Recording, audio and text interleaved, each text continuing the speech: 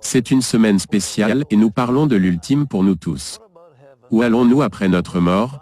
Qu'en est-il du ciel? Qu'en est-il de l'enfer? Que dit la Bible? Et qu'en est-il des gens qui y ont réellement été? Eh bien, nous avons des témoignages de première main. Mais selon un sondage Harris, 69% des Américains croient en l'enfer. Mais seulement 1% pensent qu'ils vont y aller. Il y aura des gens qui vont être très surpris. Mais croient-ils littéralement à un enfer de feu et de soufre? Bill Wiese dit qu'il a passé 23 minutes en enfer. Le 22 novembre 1998. C'était une nuit habituelle pour Bill et Annette Wiese. Ils ont passé la soirée avec des amis, puis sont rentrés à la maison et se sont couchés vers minuit. Environ 3 heures plus tard, Bill s'est senti retiré de son lit et jeté dans les airs. Il atterrit sur le sol dur d'une cellule de prison.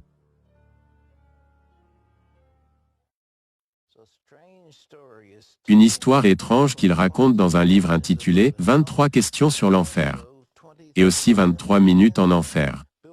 Bill Wiese est ici avec nous. Bill, c'est bien de t'avoir. C'est un honneur d'être avec vous.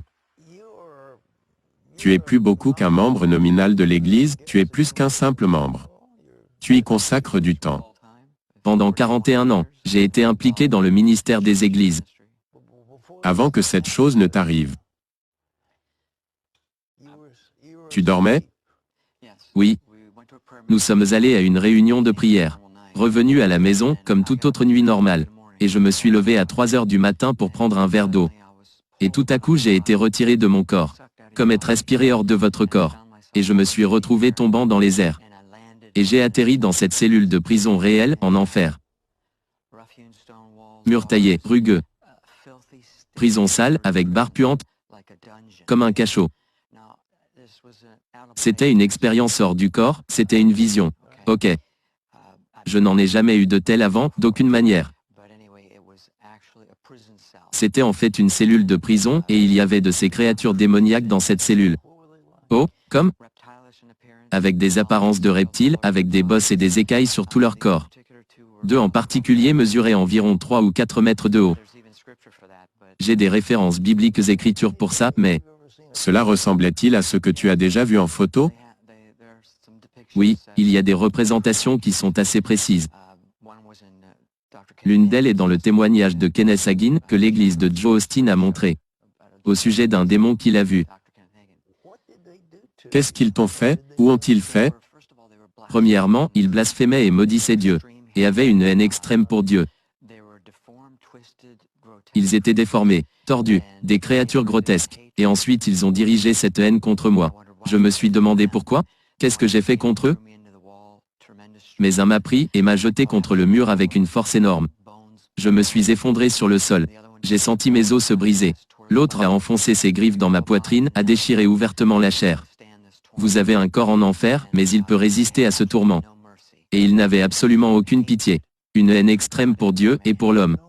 Aucune pitié du tout? Non, pas du tout. Bien, quand vous étiez dans la cellule avec ces créatures, y avait-il quelqu'un d'autre? À ce moment, j'étais seul avec ces créatures. Et ils ont commencé à me tourmenter. Je sentais des douleurs, mais j'ai compris qu'une grande partie était bloquée.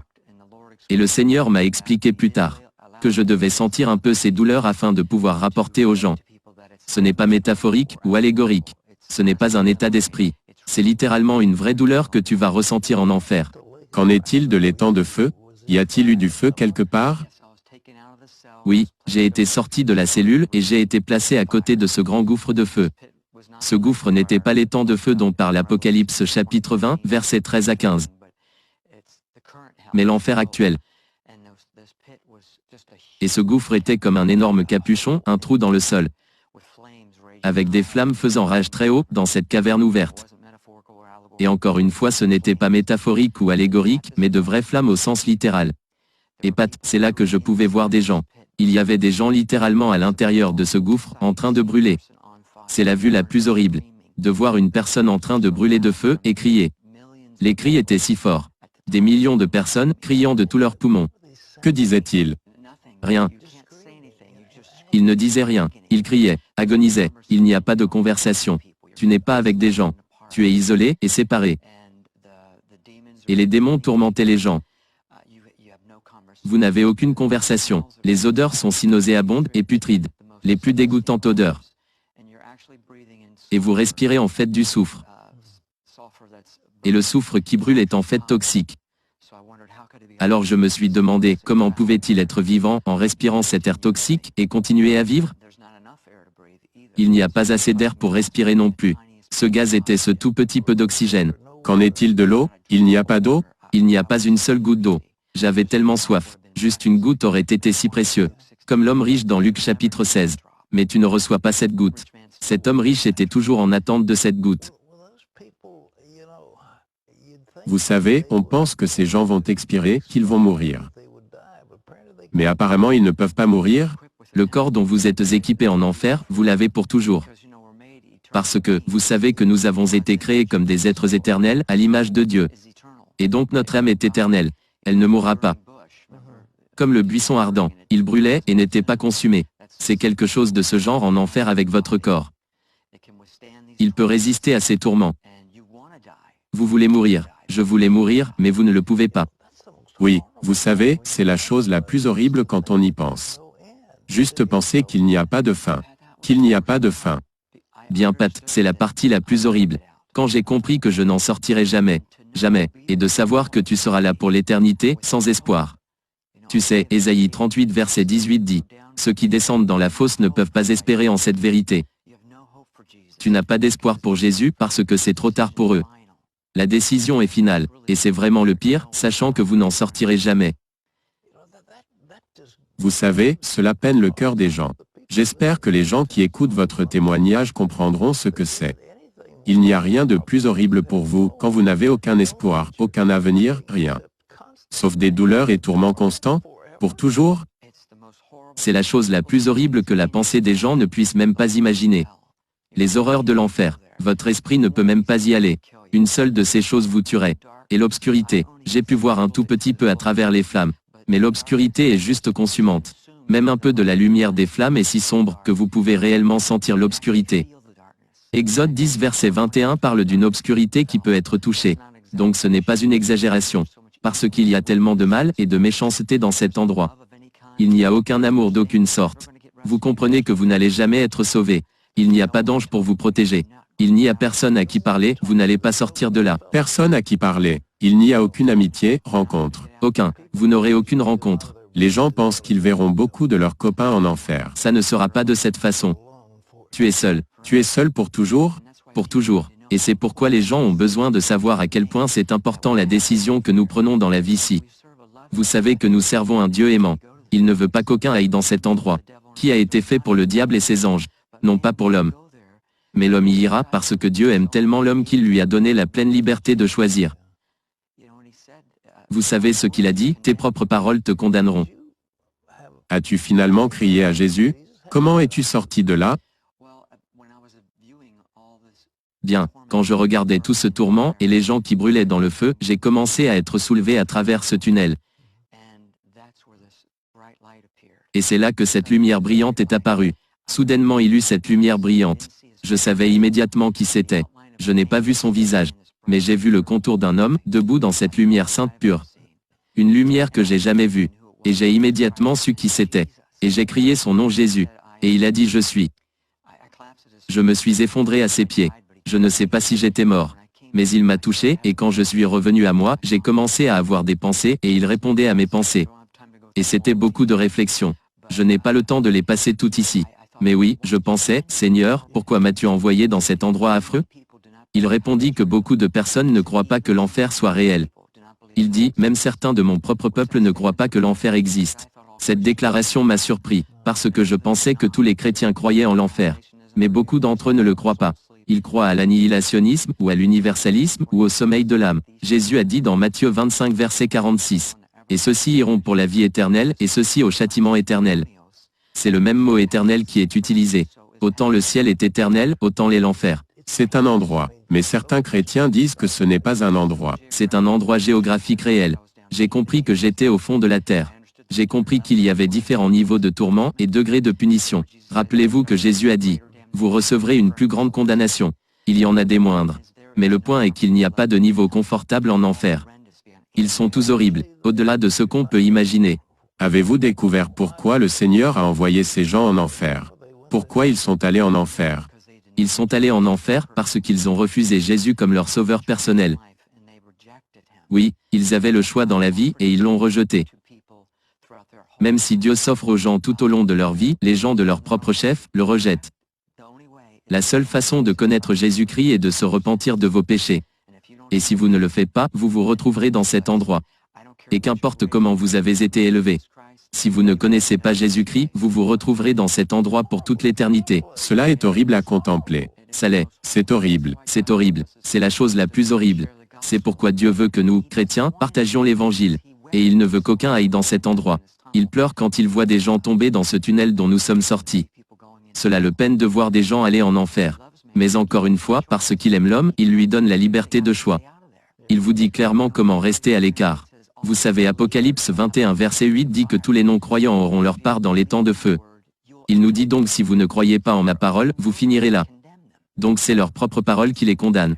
Et les envoie là-bas. Qu'est-ce que tu as fait après cela? Parce que tu y as été que pendant 23 minutes. 23 secondes auraient été assez. Mais cela a changé ma vie. J'ai quitté ma carrière dans l'immobilier. Ma femme et moi voyageons à plein temps dans le ministère. Juste pour partager des informations avec les gens.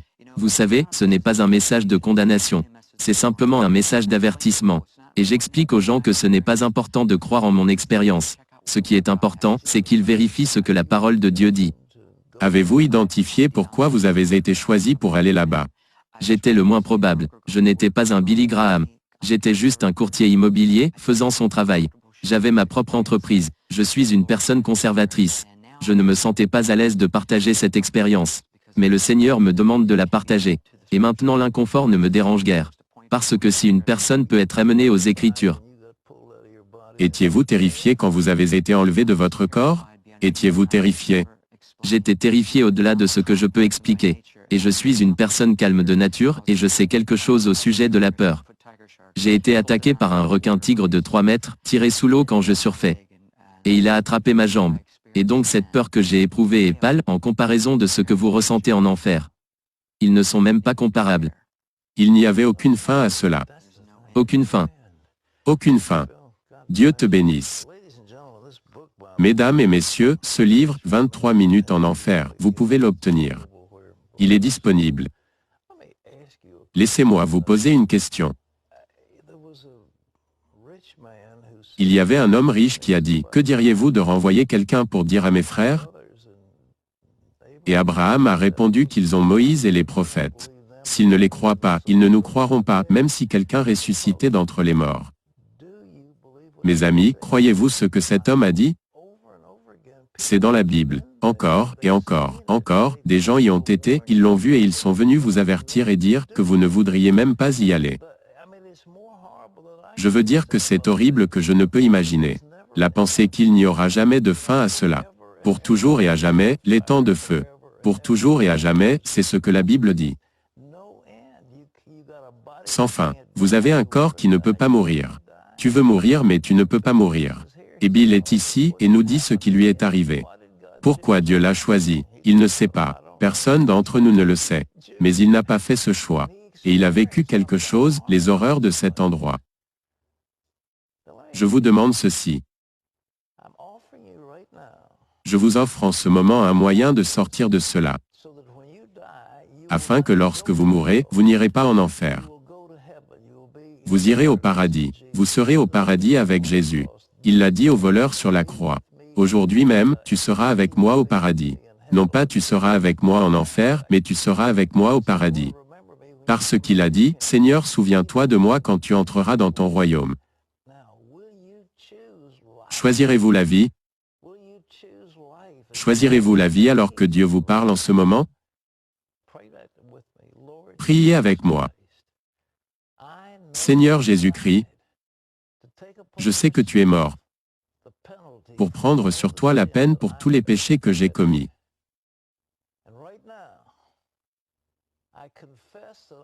Et maintenant, je confesse que je crois que tu es mort pour moi, selon les Écritures. Et donc je te demande, viens dans mon cœur, prends le contrôle de ma vie. Vis ta vie pour moi et en